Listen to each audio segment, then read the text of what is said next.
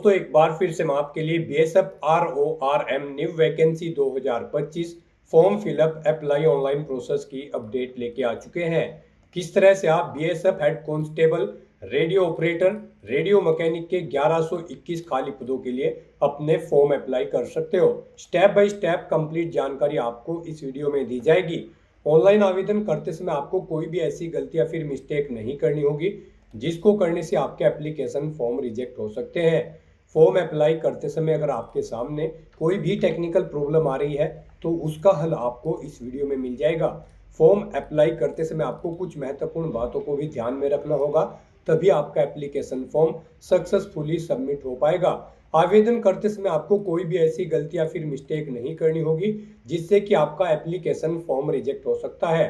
Apply करते समय आप अपने एग्जाम सेंटर की प्रेफरेंस किस प्रकार से दोगे, कैसे अपनी क्वालिफिकेशन की डिटेल दोगे, कैसे रजिस्ट्रेशन करोगे, पर्सनल इंफॉर्मेशन किस प्रकार से फिल करोगे, कैसे एड्रेस की डिटेल यहाँ पर आप दोगे, कैसे अपने डॉक्यूमेंट, फोटोग्राफ, सिग्नेचर और कितने केबी में आपको अपलोड करने होंगे, फीस पेमेंट करते हुए रजिस्ट्रेशन से लेकर प्रिंट तक आपको किस तरह से अपना फॉर्म अप्लाई कर लेना होगा। तो कंप्लीट डिटेल के लिए आपको ये वीडियो शुरू से लेके एंड तक बिना स्किप किए हुए देखनी होगी। इस वीडियो को कंप्लीटली देखने पर ही आपके सभी सवाल और डाउट क्लियर होंगे। तो चलिए दोस्तों, बिना कोई वक्त गंवाए शुरू करते हैं BSF head constable RORM new vacancy 2025 form fill up की पूरी जानकारी। फॉर्म अप्लाई करने से पहले आपको सबसे पहले हमारी वेबसाइट IND सरकारी नौकरी के इस पेज पर विजिट करना होगा, जिसका लिंक आपको नीचे description plus first comment box में मिल जाएगा। और हमारे इस पेज पर विजिट करके आप यहां से बीएसएफ RORM का फॉर्म अप्लाई कर सकते हो। बॉर्डर सिक्योरिटी फोर्स, सीमा सुरक्षा बल बीएसएफ के अंतर्गत हेड कांस्टेबल RORM की पोस्ट यहाँ पर निकली हुई है। टोटल 1121 वैकेंसीज है। Head constable HC radio operator RO के लिए यहाँ पर 910 वैकेंसीज है। Head constable radio mechanic RM के लिए 211 वैकेंसीज निकली है। लास्ट डेट यहाँ पर 23 सितंबर 2025 है। 25,500 से 81,100 लेवल 4 के अंतर्गत सैलरी आपको दी जाएगी। 12वीं पास अप्लाई कर सकते हैं या फिर 10वीं पास प्लस ITI से आप अप्लाई कर सकते हो। 18 से 25 वर्ष आयु सीमा है। फीस जनरल OBC WS के लिए 100 रुपये है। SC/ST फीमेल को कोई भी फीस जमा नहीं करनी होगी। Online debit card, credit card, net banking या UPI से आप फीस पेमेंट कर सकते हो। सिलेक्शन होगा physical standard test PST, physical efficiency test PT, computer based test CBT, document verification, dictation test और paragraph reading test for HC head constable RO के लिए केवल है। और डिटेल या रिव्यू मेडिकल एग्जामिनेशन DMR या RM यहाँ पर आपका सिलेक्शन क्राइटेरिया के अंतर्गत रहेगा। ऑनलाइन तरीके से आप ऑल इंडिया से अप्लाई कर सकते हो। recruit.bsf.gov.in इसकी ऑफिशियल वेबसाइट है, जिससे आप फॉर्म फिल कर सकते हो। इंपोर्टेंट लिंक सेक्शन के अंतर्गत ऑफिशियल नोटिफिकेशन PDF लिंक पर क्लिक करके आप इसकी PDF डाउनलोड कर सकते हो, जिसके अंतर्गत यहाँ पर आपको वैकेंसीज की इंफॉर्मेशन मिल जाएगी, सैलरी की जानकारी। यहाँ पर आप post wise, category wise vacancy check out कर ले। उसके बाद में यहाँ पर आपको एलिजिबिलिटी क्राइटेरिया की डिटेल इसमें मिल जाएगी। सिलेक्शन क्राइटेरिया की इंफॉर्मेशन आप यहाँ से चेकआउट कर ले। इसमें सिलेक्शन क्राइटेरिया के अंतर्गत आपको फिजिकल क्राइटेरिया भी मिल जाएगा, वो भी आप यहाँ से चेकआउट कर सकते हो। एलिजिबिलिटी क्राइटेरिया के अंतर्गत अलग अलग पोस्ट के लिए आपको यहाँ पर क्वालिफिकेशन की डिटेल दी गई है। एज लिमिट अलग अलग कैटेगरी वाइज आपको यहाँ पर मिल जाएगी। किस कैटेगरी को कितने आयु सीमा में छूट दी जा रही है वो आप इस टेबल से चेकआउट कर ले। फिजिकल स्टैंडर्ड के अंतर्गत यहाँ पर मेल और फीमेल के लिए हाइट, चेस्ट आप चेकआउट कर सकते हो। उसके बाद में यहाँ पर आप रेस चेकआउट कर सकते हो मेल फीमेल के लिए। एलिजिबिलिटी क्राइटेरिया की कंप्लीट इन्फॉर्मेशन आपको इस PDF में मिल जाएगी। सिलेक्शन क्राइटेरिया के अंतर्गत आपको examination pattern, syllabus, subject wise आपको इसमें दिया गया है। फॉर्म अप्लाई करते समय आपको अपने डॉक्यूमेंट, फोटोग्राफ, सिग्नेचर कैसे और कितने KB में अपलोड करने होंगे, तो ये PDF आप चेकआउट कर सकते हो। कंप्लीट PDF आपको अप्लाई करने से पहले रीड आउट करना अनिवार्य है। इसको पूरा पढ़ने से आपके सभी सवाल और डाउट क्लियर होंगे। PDF रीड आउट करने के बाद में आपको अप्लाई ऑनलाइन लिंक पर क्लिक करना होगा, तो आपके सामने ऑनलाइन आवेदन करने का ये ऑफिशियल पोर्टल ओपन हो जाएगा। गाइड, यहाँ पर आने के बाद अगर आपने पहले से BSF की किसी भी भर्ती के लिए रजिस्ट्रेशन कर रखा है तो यहाँ पर आपको लॉगिन करके अपना फॉर्म अप्लाई करना है। उसके लिए यहाँ पर आपको कैंडिडेट लॉगिन का ये लिंक दिया गया है, आपको इस पर क्लिक करना है और आपके सामने लॉगिन का इंटरफेस ओपन हो जाएगा। यहाँ पर आने के बाद आपको अपनी ईमेल आईडी या फिर मोबाइल नंबर एंटर करना है, अपना पासवर्ड आपको एंटर करना है, I am not a robot इस चेकबॉक्स को आपको ओके करना है और फिर गाइस यहाँ पर आपको लॉगिन की स्टेप पर क्लिक करते हुए अपने डैशबोर्ड में लॉगिन कर लेना है और फिर वहां से आपको अपना फॉर्म अप्लाई करना है। और अगर आप बीएसएफ की किसी भी भर्ती के लिए फर्स्ट टाइम अप्लाई करने जा रहे हो तो सबसे पहले यहाँ पर आपको अपना रजिस्ट्रेशन करना होगा। उसके लिए यहाँ पर आपको सबसे पहले अपनी पर्सनल इन्फॉर्मेशन देनी है। गाइस यहाँ पर आपको इन स्टेप्स को कंप्लीट करते हुए अपना रजिस्ट्रेशन करना होगा।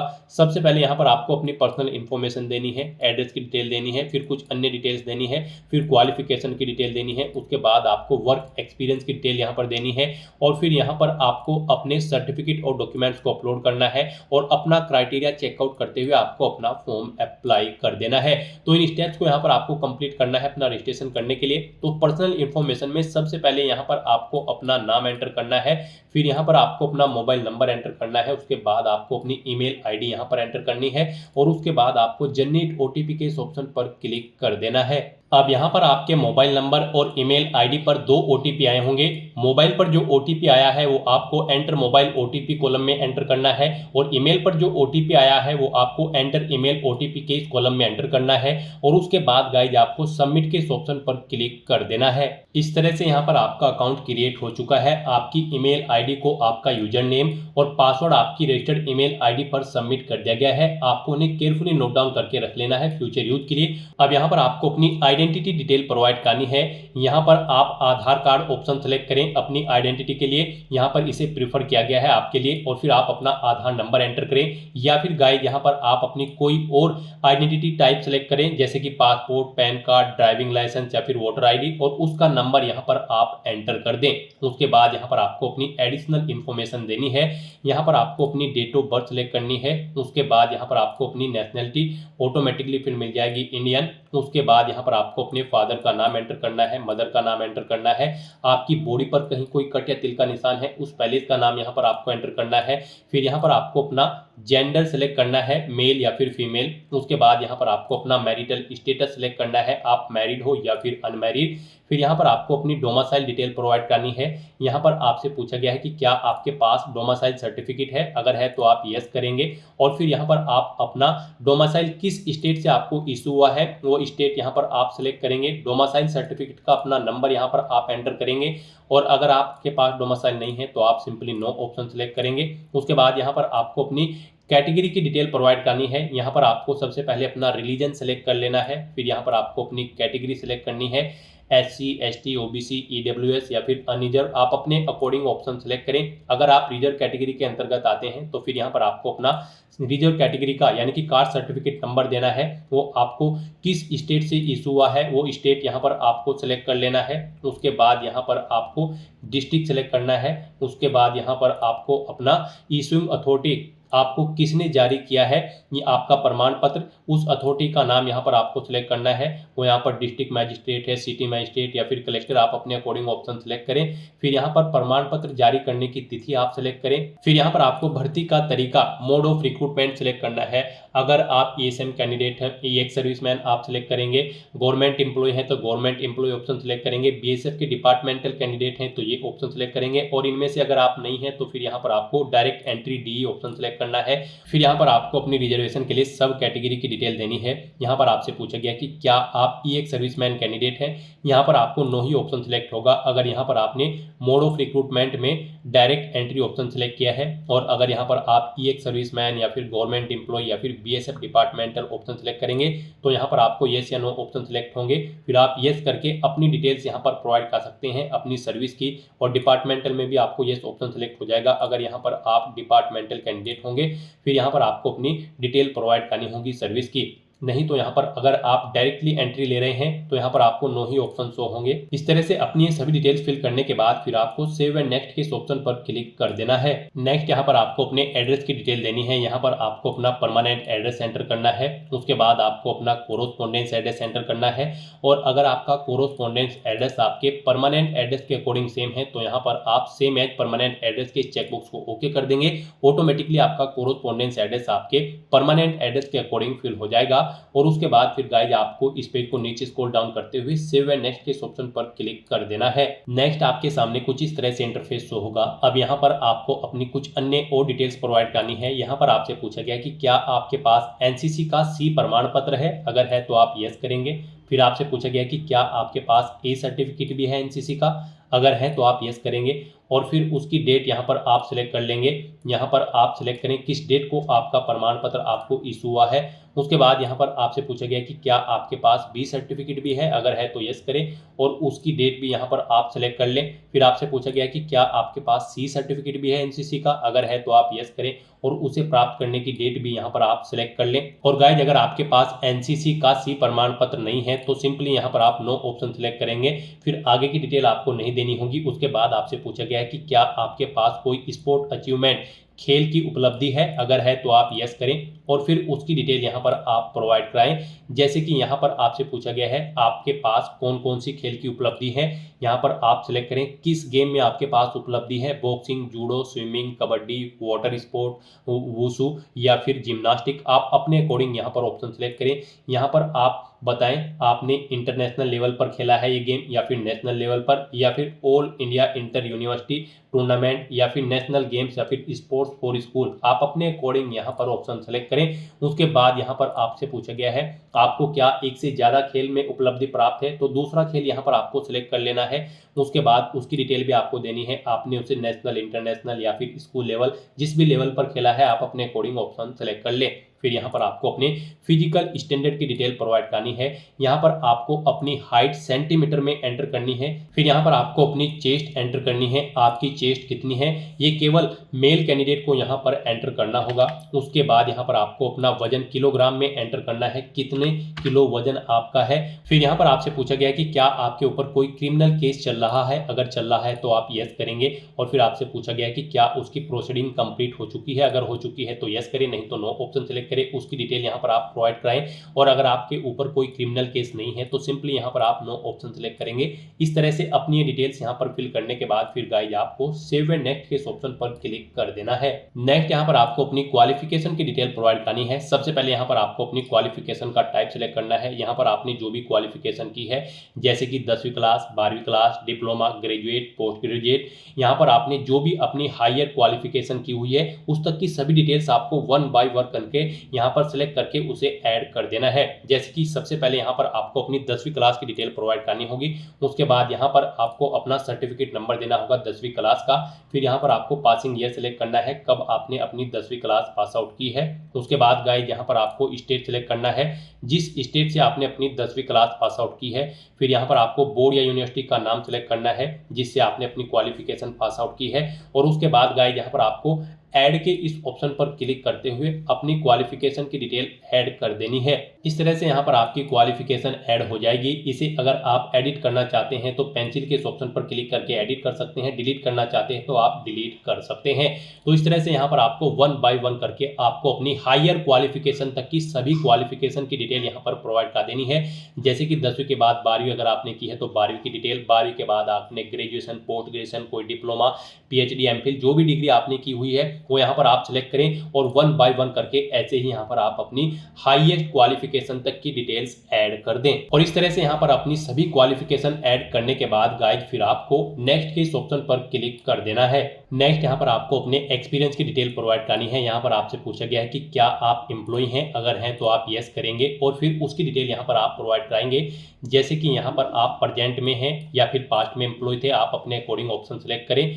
फिर यहाँ पर आपसे पूछा गया है आपके एक्सपीरियंस का टाइप, अनुभव का प्रकार आपको किस सेक्टर में है, यहाँ पर आप अपने अकॉर्डिंग ऑप्शन सेलेक्ट कर लें। फिर यहाँ पर आपको बताना है कि क्या यहाँ पर आपकी सेवा का प्रकार था, यहाँ पर आप सेंट्रल गवर्नमेंट के थे या फिर उत्तराखंड स्टेट या फिर अदर स्टेट या फिर कांस्टेबल या फिर हेड कांस्टेबल की पोस्ट पर आपको अपना एम्प्लॉयर टाइप सेलेक्ट कर लेना है। उसके बाद आपको नेचर ऑफ एम्प्लॉयमेंट यहाँ पर सेलेक्ट करना है, आप परमानेंट थे, टेम्परेरी या फिर कॉन्ट्रेक्चुअल बेस पर। फिर किस डेट से किस डेट तक आप थे, अगर आप पास्ट में जॉब कर रहे थे, अगर आप प्रेजेंट में कर रहे होंगे तो फिर यहाँ पर आपको बताना होगा कब आपने ज्वाइन किया था। उसके बाद आपको अपनी पोस्ट का नाम देना है, जिस पोस्ट पर आप कार्यरत थे, इंस्टीट्यूट, डिपार्टमेंट या फिर ऑर्गेनाइजेशन का नाम देना है जिसमें आप कार्यरत थे। और उसके बाद गाइज आपको सेव के इस ऑप्शन पर क्लिक करके अपनी एक्सपीरियंस की डिटेल यहाँ पर ऐड कर देनी है। यहाँ पर आपको आपके एक्सपीरियंस की डिटेल शो हो जाएगी। और अगर आपको एक से ज़्यादा जगह वर्किंग एक्सपीरियंस है, फिर आप दोबारा से यहाँ पर ये सभी डिटेल्स प्रोवाइड करते हुए अपने एक्सपीरियंस की डिटेल सेव के ऑप्शन पर क्लिक करते हुए यहाँ पर सेव कर दें। 1 बाय 1 करके यहाँ पर ऐड हो जाएंगे आपके एक्सपीरियंस की डिटेल। और फिर गाइज यहाँ पर आपको सेव एंड नेक्स्ट के इस ऑप्शन पर क्लिक कर देना है। और गाइज अगर आपको एक्सपीरियंस नहीं है तो सिंपली यहाँ पर आप नो ऑप्शन सेलेक्ट करेंगे। उसके बाद आपको कुछ भी डिटेल नहीं देनी है और फिर आप सेव एंड नेक्स्ट के इस ऑप्शन पर क्लिक कर देंगे। नेक्स्ट यहाँ पर आपको अपना फोटो, सिग्नेचर और डॉक्यूमेंट्स अपलोड करने हैं। इनके लिए आपको गाइडलाइन दी गई है। यहाँ पर आपका जो फोटो होगा वो 30 KB से 100 KB के बीच में होना चाहिए। सिग्नेचर आपके 20 KB से 50 KB के बीच में होनी चाहिए।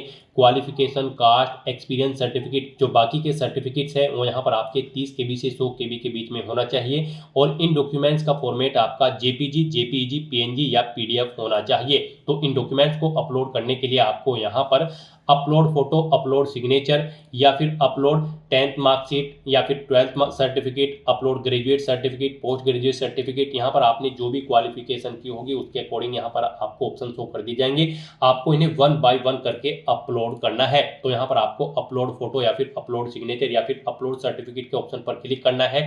फिर आपको ड्रॉ फाइल्स टू अपलोड के ऑप्शन पर क्लिक करना है, फाइल्स को सेलेक्ट कर लेना है और 1 बाय 1 करके आपको अपने इन सभी डॉक्यूमेंट को यहाँ पर अपलोड कर देना है। यहाँ पर अगर आपके इन डॉक्यूमेंट का साइज कम या ज्यादा है तो आपको गूगल पर जाना है और वहां पर इमेज रिसाइजर टाइप करना है। मल्टीपल ऑनलाइन वेबसाइट आपके सामने ओपन होंगी, उनमें आप अपने जिस भी डॉक्यूमेंट का साइज कम या ज्यादा करना चाहते हैं उसे अपलोड करें और अपनी रिक्वायरमेंट के अकॉर्डिंग सेट करके उसे डाउनलोड करके फिर यहाँ पर आप अपलोड कर दें। इस तरह से अपने सभी डॉक्यूमेंट्स यहाँ पर आपको 1 बाय 1 करके अपलोड कर देने हैं। फिर आपको इस पेज को नीचे स्क्रॉल डाउन करना है, आई डू हर्बी डिक्लेयर के चेकबॉक्स को ओके करना है और फिर गाइड आपको सेव एंड नेक्स्ट के इस ऑप्शन पर क्लिक कर देना है। नेक्स्ट आपके सामने कुछ इस तरह से इंटरफेस ओपन होगा। यहाँ पर आपका रजिस्ट्रेशन सक्सेसफुली कंप्लीट हो चुका है। अब गाइज आपको पोस्ट सेलेक्ट करनी है। आप यहाँ पर जिस पोस्ट के लिए अप्लाई करना चाहते हैं, head constable radio mechanic, head constable radio operator या फिर दोनों पोस्ट के लिए आप अपनी चॉइस के अकॉर्डिंग यहाँ पर ऑप्शन सेलेक्ट करें। उसके बाद यहाँ पर आप अगर दोनों पोस्ट के लिए अप्लाई करते हैं तो आपको प्रेफरेंस देना होगा। आप फर्स्ट नंबर पर किस पोस्ट को प्रेफरेंस देना चाहते हैं, हेड कांस्टेबल रेडियो ऑपरेटर या फिर हेड कांस्टेबल रेडियो मैकेनिक। मान लीजिए आप यहाँ पर हेड कांस्टेबल रेडियो मैकेनिक की पोस्ट को फर्स्ट नंबर पर प्रेफरेंस देना चाहते हैं तो उसे आप फर्स्ट नंबर पर सिलेक्ट करें। फिर सेकंड नंबर पर आपकी ऑटोमेटिकली दूसरी पोस्ट सिलेक्ट हो जाएगी। उसके बाद यहाँ पर आपको आपकी पोस्ट के अकॉर्डिंग क्वालिफिकेशन की डिटेल शो कर दी गई है कि इन पोस्ट पर अप्लाई करने के लिए ये क्वालिफिकेशन आपके लिए रिक्वायर्ड है। तो यहाँ पर आपका इस भर्ती में पार्टिसिपेट करने के लिए 12वीं क्लास पास आउट होना जरूरी है।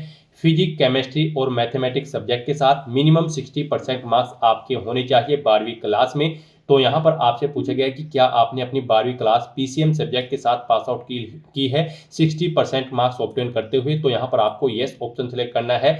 या फिर गाइज आपका यहाँ पर 10वीं क्लास पास आउट होना जरूरी है प्लस आपके पास ITI का डिप्लोमा होना जरूरी है रिलीवेंट डिसिप्लिन के अंतर्गत। यानी कि यहाँ पर आपके पास ITI का डिप्लोमा रेडियो एंड टेलीविजन में होना चाहिए या फिर इलेक्ट्रॉनिक्स इंजीनियरिंग में या फिर कंप्यूटर ऑपरेटर प्रोग्रामिंग असिस्टेंट या फिर data preparation and computer software या फिर जनरल इलेक्ट्रॉनिक्स इंजीनियरिंग या फिर डेटा एंट्री ऑपरेटर में आपके पास यहाँ पर ITI का डिप्लोमा होना चाहिए। तो यहाँ पर आपसे पूछा गया है आपने अपनी 10वीं क्लास पास आउट की है और ITI का आपके पास सर्टिफिकेट है रिलीवेंट ट्रेड के अंतर्गत, अगर है तो आप यस करेंगे, नहीं तो नो ऑप्शन सेलेक्ट करेंगे। यहाँ पर एक क्वालिफिकेशन इनमें से कोई भी आपके पास होनी रिक्वायर्ड है। फिर आपसे पूछा गया है कि क्या आपने 60% मार्क्स ऑब्टेन किए हैं 12वीं क्लास में। अगर आप 12वीं क्लास के बेस पर अप्लाई कर रहे हैं तो आप यहाँ पर यस ऑप्शन सेलेक्ट करेंगे। और फिर गाइड यहाँ पर आपको अपने सब्जेक्ट की डिटेल देनी होगी। फिजिक्स में आपने कितने मार्क्स ऑब्टेन किए हैं 12th में, वो यहाँ पर आप एंटर करें। उसके बाद केमिस्ट्री में कितने मार्क्स आपने ऑब्टेन किए हैं वो आप एंटर करें। फिर यहाँ पर मैथ में कितने मार्क्स आपने ऑब्टेन किए हैं वो आप एंटर करें। इस तरह से यहाँ पर आपकी परसेंटेज इन तीनों सब्जेक्ट की कैलकुलेट करके आपको शो कर दी जाएगी। इनमें से आपने कितने टोटल मार्क्स में से कितने % मार्क्स ऑब्टेन किए हैं उनके अकॉर्डिंग आपकी परसेंटेज कैलकुलेट करके यहाँ पर आपको शो कर दी गई है। फिर यहाँ पर आपको आपका फिजिकल स्टैंडर्ड ऑटोमेटिकली फिर मिलेगा। यहाँ पर जो आपने रजिस्ट्रेशन करते हुए अपनी फिजिकल डिटेल प्रोवाइड कराई थी वो यहाँ पर आपको ऑटोमेटिकली देखने को मिल जाएगी। अब यहाँ पर आपको अपनी कैटेगरी सेलेक्ट करनी है, आप जिस कैटेगरी से बिलोंग करते हैं, और फिर यहाँ पर अब गाइज आपको सेव एंड नेक्स्ट के ऑप्शन पर क्लिक कर देना है। नेक्स्ट आपके सामने कुछ इस तरह से इंटरफेस शो होगा। यहाँ पर आपको आपके एप्लीकेशन फॉर्म का पूरा प्रीव्यू शो कर दिया गया है। आपकी सभी डिटेल्स आपके रजिस्ट्रेशन से फैच कर ली गई है। आपको सभी डिटेल्स केयरफुली चेकआउट करनी है और यहाँ पर अब आपको अपना पहले सेंटर करना है। उसके बाद यहाँ पर आपको सेंटर प्रेफरेंस देनी है। आप जिस सेंटर पर सक्सेसफुली रिक्रूट होने के बाद जॉब करना चाहते हैं वो सेंटर यहाँ पर आप सेलेक्ट करें। उसके बाद यहाँ पर आपको आपकी कैटेगरी के अकॉर्डिंग एप्लीकेशन फीस का अमाउंट देखने को मिल जाएगा। गाइस यहाँ पर अगर आप जनरल कैटेगरी से बिलोंग करते हैं तो यहाँ पर एक पोस्ट पर अप्लाई करने के लिए 100 रुपये फीस प्लस पोर्टल चार्जेज हैं 59 रुपये, और अगर आप दोनों पोस्ट के लिए अप्लाई कर रहे हैं तो फिर यहाँ पर आपको 200 रुपये फीस और 118 रुपये 2 पोर्टल चार्जेस यहाँ पर आपको देने होंगे। और अगर आप रिजर्व कैटेगरी से बिलोंग करते हैं तो फिर यहाँ पर आपको केवल पोर्टल चार्ज देने होंगे। एक पोस्ट के लिए 59 रुपये और 2 पोस्ट के लिए 118 रुपये यहाँ पर आपको पोर्टल चार्ज जमा कराना होगा। तो यहाँ पर आपको आपकी कैटेगरी के अकॉर्डिंग एप्लीकेशन फीस का अमाउंट देखने को मिल जाएगा। फिर आपको पेमेंट गेटवे में आना है, HDFC bank PG automatically select मिलेगा। उसके बाद आपको इस चेकबॉक्स को ओके करना है। कहीं पर कोई आपके एप्लीकेशन फॉर्म में मिस्टेक है तो आप बैक बटन पर क्लिक करके एडिट कर सकते हो, और अगर सभी चीज़ें ओके हैं तो यहाँ पर अब आपको बस अपना फीस पेमेंट करना है। उसके लिए आपको पे नाउ के इस टैब पर क्लिक कर देना है। उसके बाद आपके सामने डिक्लेरेशन का ये पॉपअप शो होगा। अब यहाँ पर आपको एग्री एंड पे के इस टैब पर क्लिक करना है। अब यहाँ पर आपको फीस पेमेंट के इंटरफेस पर डायरेक्ट कर दिया गया है। गाइस यहाँ पर आप debit card, credit card, net banking, wallet या फिर यूपीआई के माध्यम से अपना फीस पेमेंट कर सकते हो। यहाँ पर आपके लिए सबसे बेस्ट और इजी ऑप्शन यूपीआई का रहेगा। आप यूपीआई के ऑप्शन का यूज करते हुए अपना फीस पेमेंट कर दें। आप यूपीआई के ऑप्शन पर क्लिक करें। उसके बाद आपके सामने कुछ इस तरह से इंटरफेस होगा। यहाँ पर अगर आप अपनी यूपीआई आईडी या फिर मोबाइल नंबर के थ्रू फीस पेमेंट करना चाहते हैं तो यहाँ पर आप अपना मोबाइल नंबर या फिर यूपीआई आईडी एंटर करें और पे नाउ के ऑप्शन पर क्लिक करते हुए अपना फीस पेमेंट कर दें। या फिर गाइस यहाँ पर आप इस क्यूआर कोड को स्कैन करके अपने यूपीआई से फीस पेमेंट कर सकते हो। आपको यहाँ पर जनरेट क्यूआर के ऑप्शन पर क्लिक करना है। ये क्यूआर कोड आपको शो होगा, इसे आप अपने यूपीआई से स्कैन करें और अपना फीस पेमेंट कर दें। सक्सेसफुली फीस पेमेंट करने के बाद यहाँ पर आपके सामने मैसेज शो हो जाएगा, आपका फीस पेमेंट यहाँ पर सक्सेसफुली कंप्लीट हो चुका है। अब यहाँ पर आप प्रिंट के इस ऑप्शन पर क्लिक करते हुए अपने एप्लीकेशन फॉर्म का एक हार्ड कॉपी प्रिंट आउट ले सकते हैं फ्यूचर यूज के लिए, फ्यूचर रेफरेंस के लिए। और उसके बाद गाइस यहाँ पर आपको बैक टू होम के इस ऑप्शन पर क्लिक करना है। फिर आपको आपके डैशबोर्ड में डायरेक्ट कर दिया जाएगा। यहाँ से आप चेकआउट कर सकते हो आपका जो फॉर्म था वो सक्सेसफुली यहाँ पर सबमिट हो चुका है। एप्लीकेशन स्टेटस में आपको सबमिटेड ऑप्शन शो कर दिया जाएगा। यहाँ पर आप अपनी एप्लीकेशन फीस का पेमेंट भी कर चुके हो, उसके लिए आपको पेड ऑप्शन यहाँ पर शो कर दिया जाएगा, यानी कि आप इस भर्ती के लिए सक्सेसफुली अपना फॉर्म अप्लाई कर चुके हो। तो दोस्तों ऐसे आप बीएसएफ हेड कांस्टेबल के 1121 खाली पदों को भरने के लिए अपना फॉर्म अप्लाई कर सकते हो बिना कोई मिस्टेक किए हुए। आज की इस वीडियो में बस इतना ही। आई होप ये वीडियो आपको पसंद आई होगी। अगर पसंद आई हो तो इसे लाइक और शेयर करें। चैनल पर नए हो तो इसे सब्सक्राइब कर लें। Thanks for watching.